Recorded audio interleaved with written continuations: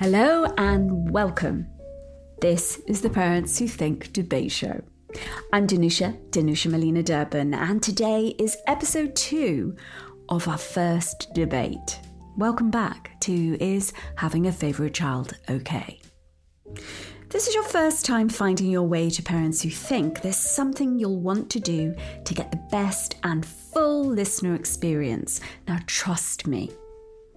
Otherwise, it's the equivalent of diving into the middle of a Netflix series without any context and expecting to understand what's going on. Now, if that's what you enjoy doing, stick around for this episode. If not, then click back one episode and give that a listen. Then you'll know who's who and how debates on PWT work.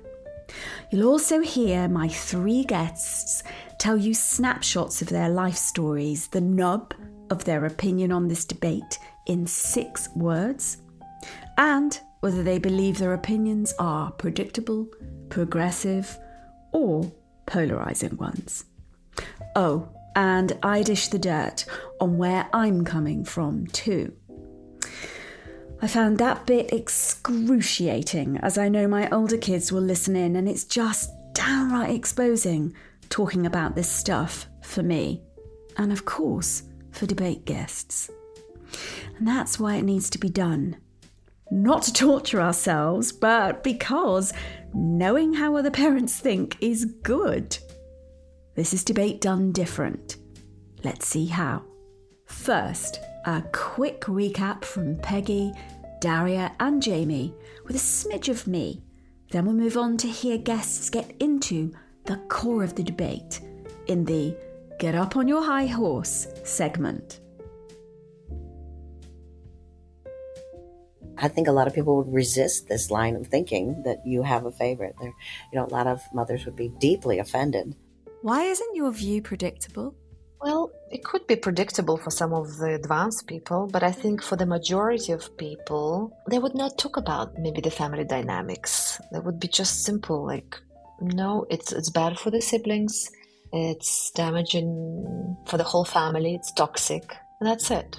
Yes, I know people in my own friend circle who say, yes, I do have a favorite child. And I'm like, you're not supposed to say that. And they're like, well, I don't act on it. I don't let them see that.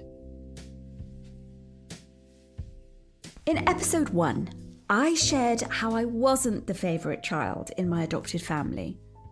I'm not saying that because I formed an impression or some kind of perception. It's because I asked my mother the hard, some would say stupid question. Who's your favourite child, Mummy? I didn't anticipate her brutal answer. It's not you. Mum was as warm as a packet of frozen peas, especially about favourites. You've waited long enough. Here's the Get Up on Your High Horse segment.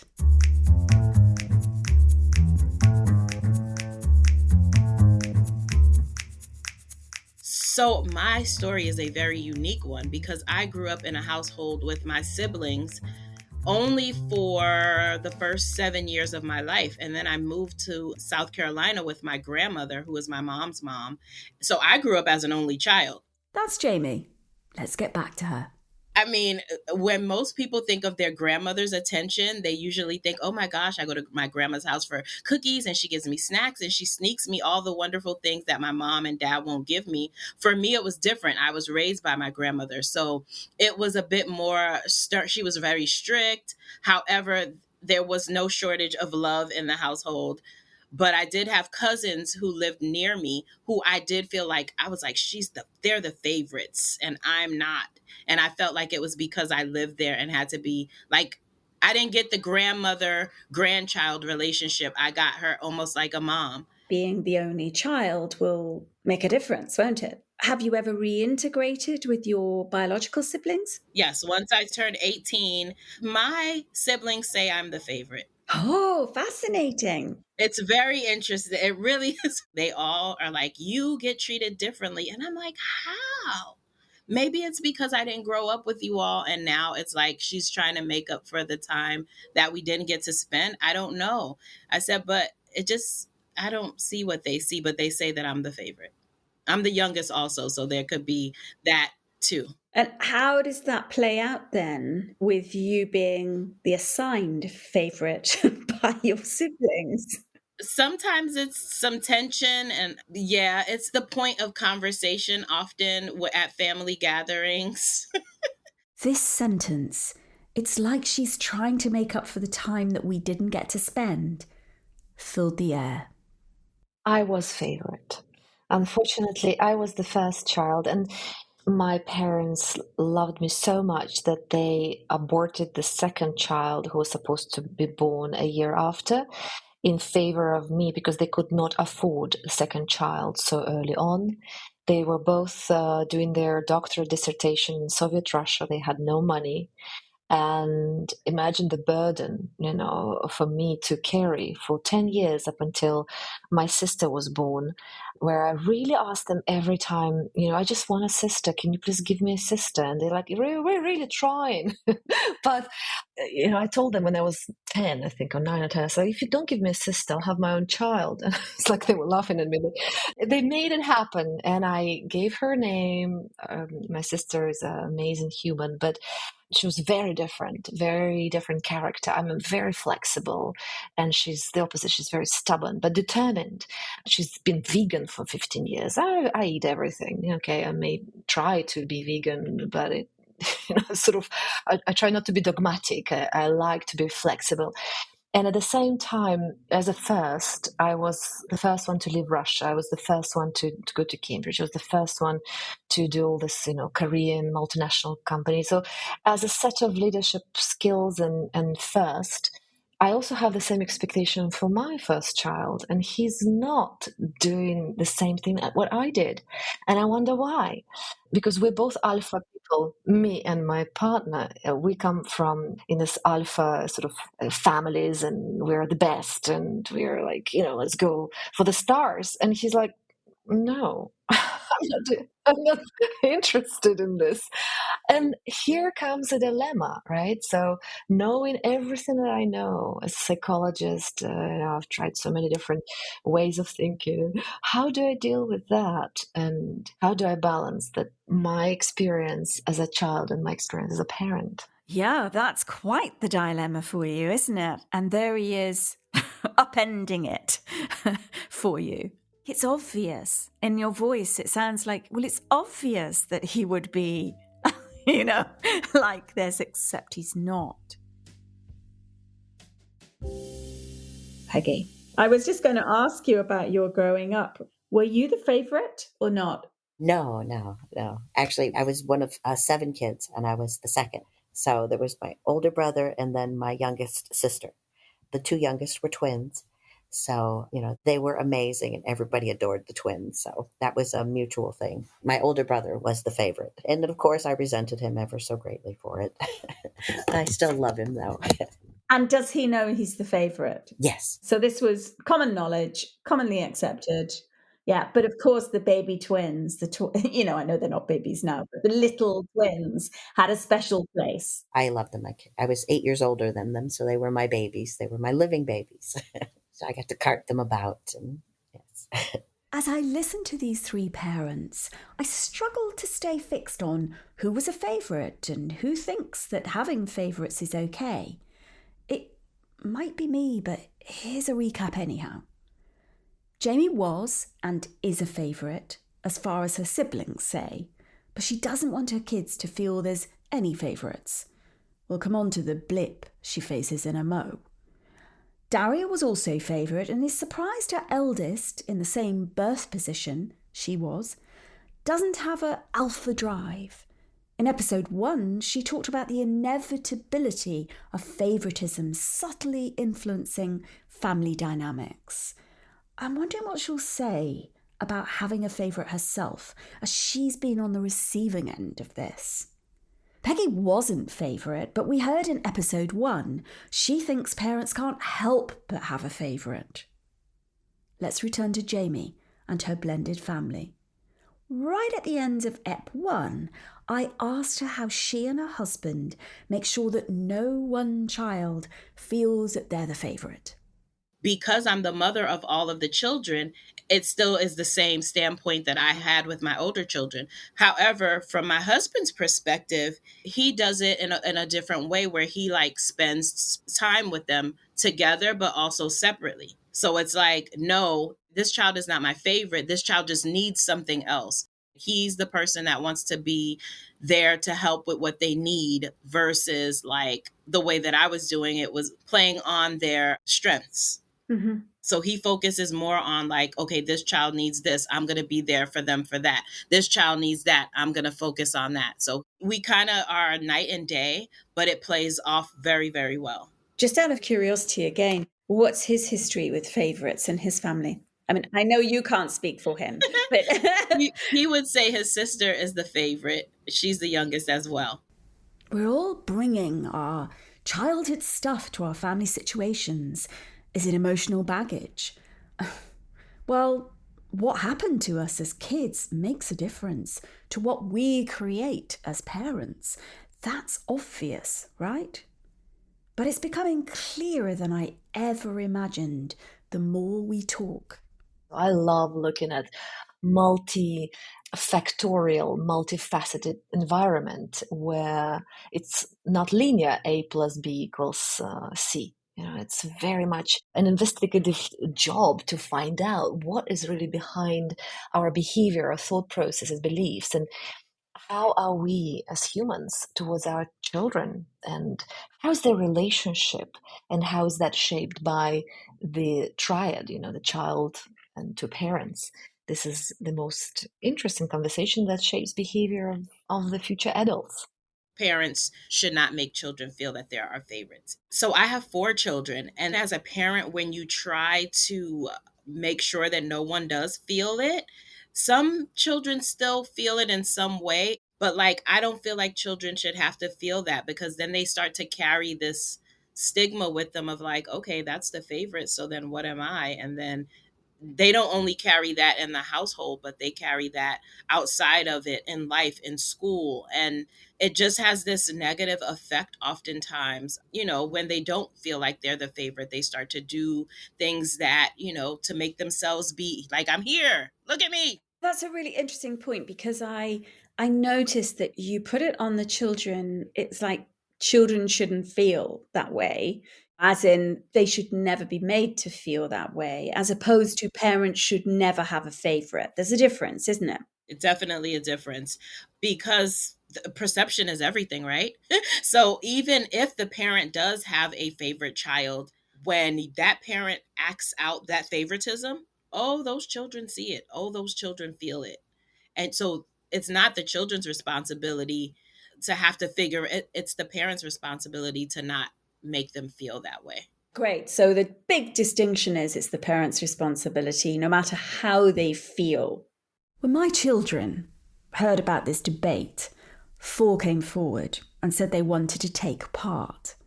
3 feel they're favourites, 1 not. I gave them a set of questions to answer. How do they know they're the favourite child or not? What are the signs of being a favourite child or not? How sure are they?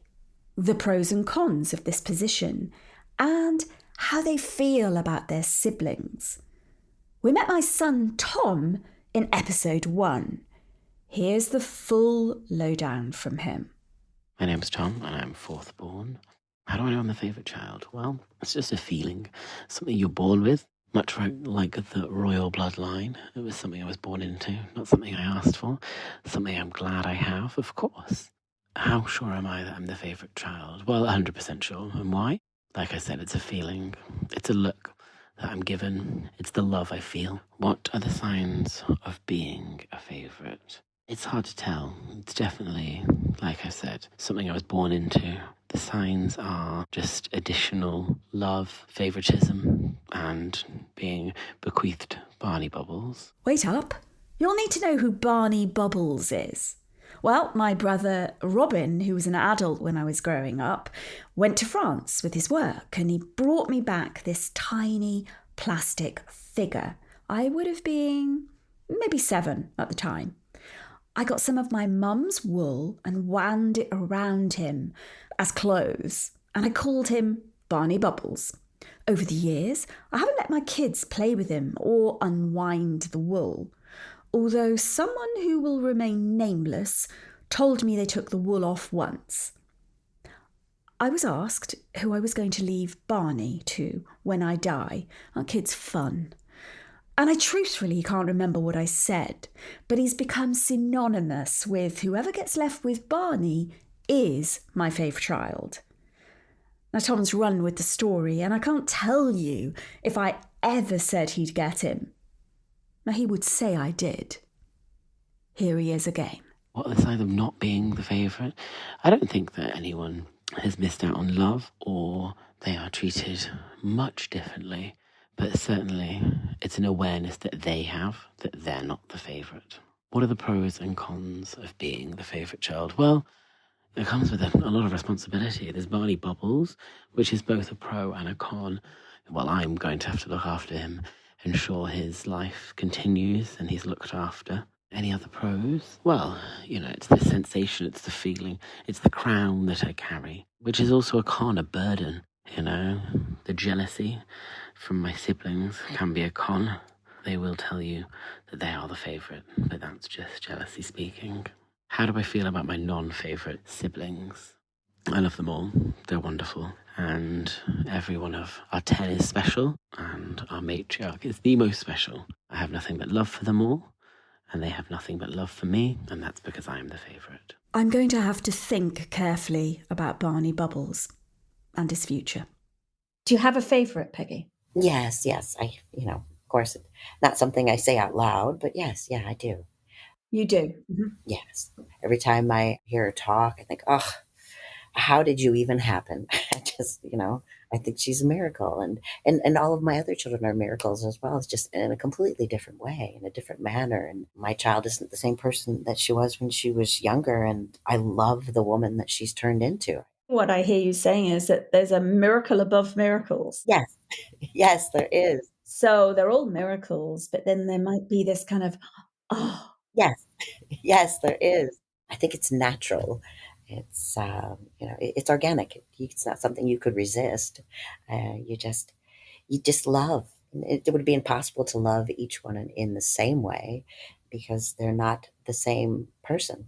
Why is it impossible? Well, because we respond in different ways to each one. I mean, you get a different, depending on the circumstance, you have a different an emotion or something that's struck or a different feeling. Or I think it's just sometimes you're just more magnetized in one direction. It doesn't mean you love any of the others a drop less. You just love. And sometimes it's just maybe magnified in a different way, or it's hard to really explain. It's just a feeling. So do you think it's like a romantic chemistry? I mean, clearly without the romance piece. Yeah, it could be something in their personality, or maybe you're just seeing something in them that lights you up. Because I'd love to think that my kids already have made me a better person, a better woman. Every day we're different and we change. And if you see something that inspires you, it lights you up. It's just love. Love is love. I don't think you can help who you love. Peggy makes this sound like it's out of her control who she loves. Do you have a favourite? I do not. I love the four of my children are so vastly different that I love different things about each of them. So I may have a favorite thing about each of them that I love, but none of the four of them are my favorite children. There are children that are more like me than the others, but still there's no favorite. But I definitely love them all differently. Like they all have different needs, they all have different specialties, and I love those things about them. What would you say to people that say love is love? As you've just said, you love them differently, but love is love, but then still have favourites. Love is definitely love, but children will see it as you love that one more than you love me. Even though from us as a parent, it's like, I just love you all. I love you all, right? But that parent might be showing this extra attention or this extra hug, cuddle time, and the child is going to feel it from that perspective. So they're not going to see it as love is love. They're going to see it as mommy loves that child the most. And there goes her favorite. We connect with each one of our children in different ways. They're different personalities, they're different skills, they're different talents. And it's not that you love that one more than the other. It's just maybe you're more drawn to them. You're more, you see more of the reflection of who you are in their eyes, or just something like that. You just see the beauty and the joy in each one of your children. Honestly, can't say that I see the beauty and joy in my kids 24/7, not every day. But I get Peggy's point. We are humans and we cannot not, have a favorite, because the way how we are wired as parents, we have the first child who comes into our family, and then the second and the third or whatever. And then we have the system that is a hierarchy system. We are never the same parents as we are for the first child. We are always second-hand parents for our second child, and so on. So the dynamics are shaped, and there are subtle, complicated challenges as we have more and more children. You're effectively saying that it's impossible not to have a favourite and that those dynamics shape us as adults. My position is that we should try to neutralize, but it's inevitable that we have. So it's a battle of our internal world with external expression. And how do we really balance it out? It's an art, because the science tells us that yes, we should look at them equally, because there's a lot of jealousy and guilt and shame and bullying going on if we are not careful, if we just go with the flow and prioritize or support some and we don't support others. But how do we do that? I didn't see this coming. It sounds like Daria is saying it's inevitable we'll have favourites, and she thinks we should neutralise the expression of this. How is this for you? How do you neutralise this as a mother of 3? Constantly struggling, I would say. It's particularly difficult for me because I come from a very Soviet kind of system of upbringing that is black and white, good and bad. And it's quite difficult for me to find variations of gray and different colors in balance in these reactions of mine, because I do have very strong reactions to certain behavior, to certain situation and context. And sometimes it takes over me when I'm not careful. If I do not pay attention to my own behavior, and if I don't spend time to educate myself and learn new things, I just go on automation. And unfortunately, it's very direct and harsh. I become a very harsh mother, and it actually shows in children behavior when they become jealous or they're playing out their emotions and they start bickering or fighting, or it's pretty much straight away when they feel that there is some sort of favoritism going on.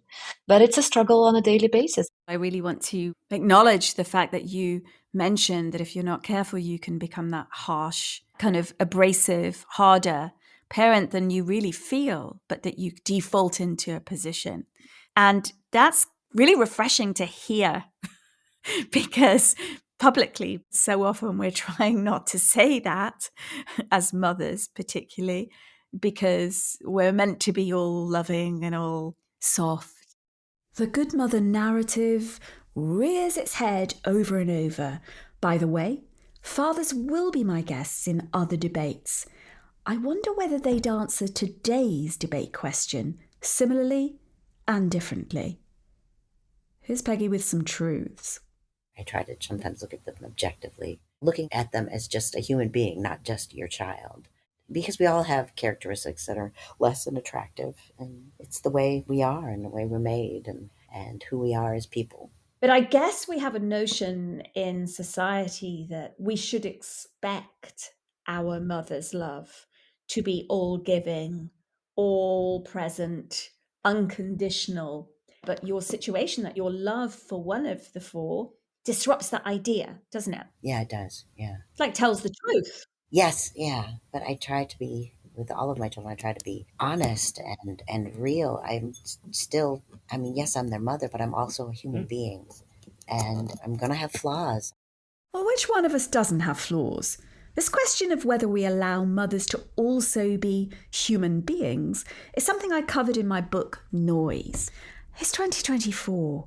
Why are we somehow surprised that mothers have needs too? It's time I asked Daria the golden question. Do you have a favourite? I think currently it's definitely, hormonally, I have a 2-year-old and she's absolutely my favorite. She's a favorite for everybody in the family.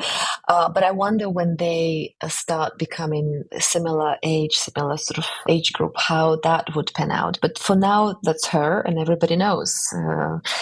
It's just that's inevitable. Remember when we love the smell of their head, of their hair, or their, I'm sorry to say, like poo poo, pee pee, everything. It just sounds and smells so wonderful because they're little, and that's how we are wired.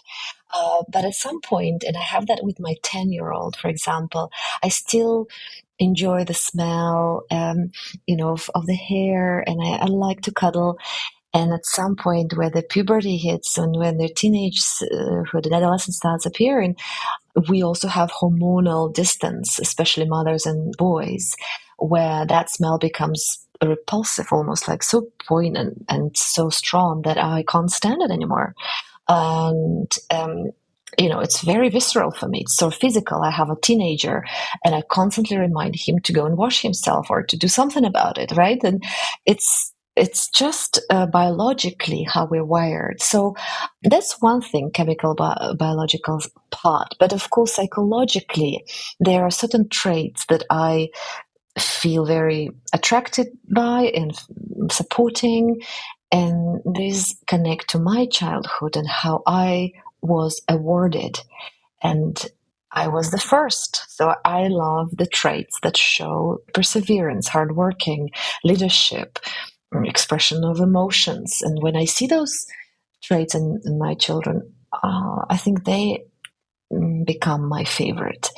And whoever expresses that, by the way, just, it's a carte blanche. But I do have a favorite based on that, yes. And whoever is not playing by my rules, they become outcast. And I try my best to love them hard, but it's a struggle. Do you think they know that? Absolutely. Yeah, because they know you well. Yeah. I try to hide it. They feel it. Of course, everybody knows.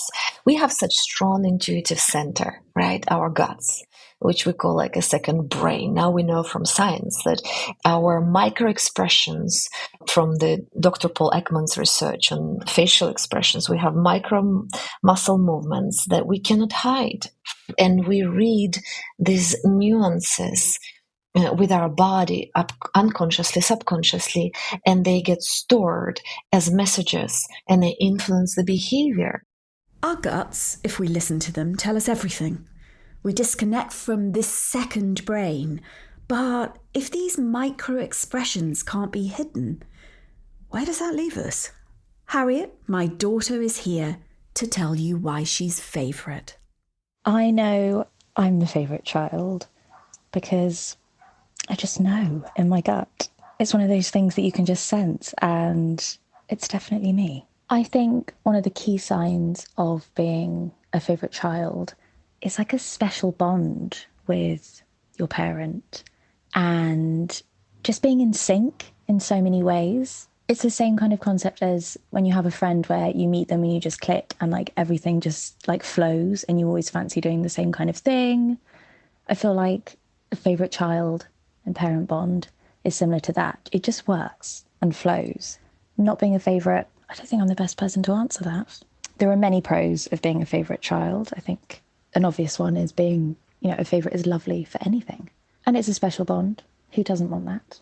A con might be that your opinion has a bit more weight and that could be more pressurising perhaps. I think it would definitely depend on your family dynamic and maybe how many siblings you have as well. I feel a lot of love and compassion for my siblings who aren't the favourite child. I think over the years they have been very, very good-spirited about not being the favourite child and have had to accept that Mum and I have a special relationship and We just favourite child. What can I say? Harriet never calls me mum. Ever. Who is this woman she's talking about? FYI, she calls me Mama in real life. You might not be surprised to hear Tom calls me Mummy. Let's go back to Jamie, who's adamant kids mustn't feel like there are favourites. Yet, here's the situation she finds herself in. At first was that I was the favorite, and now it's that my children are the favorites. Oh, so it's been passed down to them as well. Yeah. You're not continuing this or even creating this favourite piece, but it's coming through the family. Yes. I tried to make it a point that they didn't feel that. And then it's so interesting that with my siblings and their children, they still have to feel it, but from a different spectrum, from the grandmother's spectrum. Like, you guys are grandma's favorites. And they all feel like they have to over explain a lot. It's like, we lived with grandma, so we have a different relationship. Mom and grandma lived together for a long time, so we have a different relationship. We still reach out and call grandma. You guys don't check on grandma as much as we do, so the relationship is very different. But from outside, I guess the other family members don't see it that way. They just say, you guys are the favorite. Seems like having favourites seeps into families one way or another. Before this conversation, I was just driving my sons to music school, each of them separately, and I asked them about favoritism. And my oldest one said, well, actually, it's not too bad to have favoritism because you learn early on how to survive, how to have challenges, and not to expect everybody to love you equally to others because the life is different. You know, you go to the big world and you need to be equipped. And I was like, wow, that's interesting. And then the younger one said, he almost cried and he was in such an emotional state. He's like, you are the mother, you are a mother, he told me. How can you even say that you could favor one child over the other? Of course it should be equal. Of course, imagine if I favor you over or favor dad over you. He was like, I never favor anybody, everybody is loved by me equally in this family. So we have a difference in opinion. I mean, we had a debate, and I said, hold on a second. What about Athena? You love her more. You told me she's your favorite. And he said, but yes, Mama, but she's so little, because I cannot really express my real feelings towards her. It's not fair. Of course. So you see, there was a very interesting kind of diversion, and we haven't finished that conversation. So maybe after our convo, I'll go and continue our debate with Nikolai. Yeah, I think that's fascinating. And of course, our children have such different perspectives on the principle of having favourites, as well as the actual experience within the family. Speaking of this, here's Isadora, my daughter. Hi, I'm Isadora and I'm number 6. And I know that I'm not the favourite child, firstly because my other siblings are so confident that they are. I feel like I can't really argue with them. I simply just don't feel as confident as they do. And it's possibly down to some middle child syndrome. I feel like being a middle child of 10 children is quite a rare circumstance and might have heightened this experience for me. I feel like the pros of not being the favourite child is less pressure to perform like the favourite child. But of course, I guess the con is feeling slightly less visible than my other siblings. But I love my fave siblings and they probably are the favourites. Actually, heartbreaking to hear. In episode 3, you'll hear me talk about favourites. For the moment, that's all I can say. It's actually been something that was brought up in an argument with another one of my kids. And it was something that I used to pride myself on, that I loved my kids fiercely. I would give up my life and in a heartbeat, throw myself down in front of the bus or whatever it needs to be to save them and protect them and to lift them up. And I still feel that way. I would do anything for any of them, but it's been pointed out that I prefer this one child. And in that, I actually kind of realized that, yeah, I guess I do. It's just we had a lot of shared experiences. When I was, I think, around 42, I left my husband, whom I had been married to for 28 years. And this child was the one that came with me. And this one was the one that wanted to be free with me. And she witnessed my journey into being an independent person and still being their mother and the mother to the other children. And so my child, she even sees that she is, and she knows that even though at the time when they left with me, they still were doing the teenager, crappy stuff to me at the time. I hate you. And the day I turn 18, I'm going to move out. And I was like, yeah. I'll have your boxes ready. It's fine. And when it came to it, they didn't move out till they were 22. So meh. Yes. How is the relationship between the ones that you prefer, this one child? What's their sibling relationship like? That's the thing that saddens me a little. They're not as close. And I think it's because of, me separating from the father and them staying behind. So they've slid into a little bit of that victim mentality, that I wasn't there and that I left. So even though I was still there, I just wasn't in the house.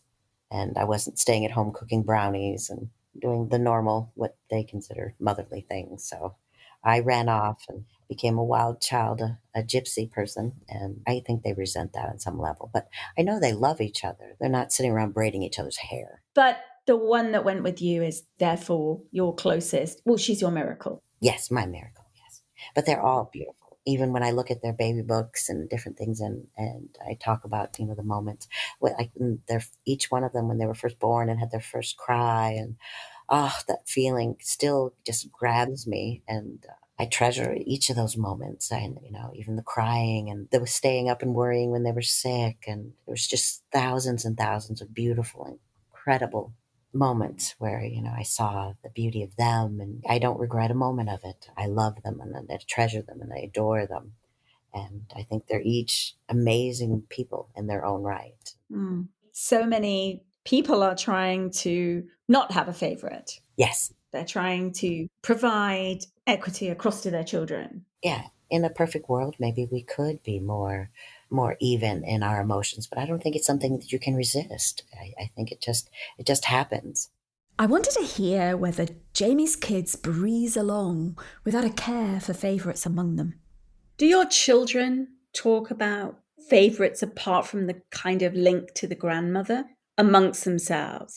When they were younger, they did. They would see certain things happening and they would say, "Oh, this one is the favorite." And then they would say, "Oh, he's your favorite." Like, so my oldest daughter would say my son was the favorite. And then my son would say my oldest daughter was the favorite. She was the child who was the quiet kid who wanted to sit down somewhere and read. And he was the more rambunctious child who's like jumping off of the bed and like, but they both saw very differently. And it was interesting to me to hear them say that. So I sat down with them in that time and said, "Explain to me why you feel like one or the other is the favorite." And they both explained to me why they felt that the other child was the favorite. And I explained to them that neither of them was my favorite. I do not have a favorite child, but I love this thing about this child and I love this thing about that child. And then they were like, "Oh, okay, so it's not a favorites thing. It's just that he likes to make people laugh, so you laugh a lot with him because he's funny. And you like to take walks with me because this is the thing that I like to do." And I say, yes, very, very, very clear. How do you feel about parents that deny having a favorite? What would you say to them? Well, I understand it, and I respect it. No disrespect at all, and I don't argue with it. But I don't think they're being completely honest with themselves. I think it's unavoidable, and I think it's part of us just being human. Huge thanks to Daria, Jamie, and Peggy for getting up on their high horses in this episode. Next week, they'll be sharing what they think happens if we have favourites in the If This, Then That segment. They'll also share the one habit they have in their life because of their opinions. Oh, and I'll also dish more dirt on favourites. In other words, I'll answer, do I have a favourite? Now I leave you with Serafina, my daughter, on why she says she's favourite. I'm Serafina and I'm number 9 of 10 children. I'm the favourite child because, well, I really think I'm the favourite child. My whole life would be a lie if I wasn't, and I just think I'm an amazing person in general, to be honest with you, and I'll be very hurt if I'm not the favourite child, but I know I am, so I'm 100% sure I'm the favourite child. Why? Is because I'm just amazing at everything, and I'm the most likeable person you will ever meet. Hard to say what other signs of being a favourite child is. I just know I'm the favourite child. I don't see any downside of being the favourite child, to be honest with you. My last question to Serafina was, how do you feel about your non-fave siblings? I love them, I really do love them dearly, but if they were the favourite child, I'd be devastated. Honestly, I really would be devastated, but I know they're not, so it's fine. Thanks for listening to this episode of Parents Who Think. If you'd like to react in some way to something you heard, I encourage you to join the Parents Who Think Substack community or on our YouTube page, you guessed it, called Parents Who Think. Thanks for being such a great supporter of the show, and remember to tune in for the next instalment of this debate. Take care.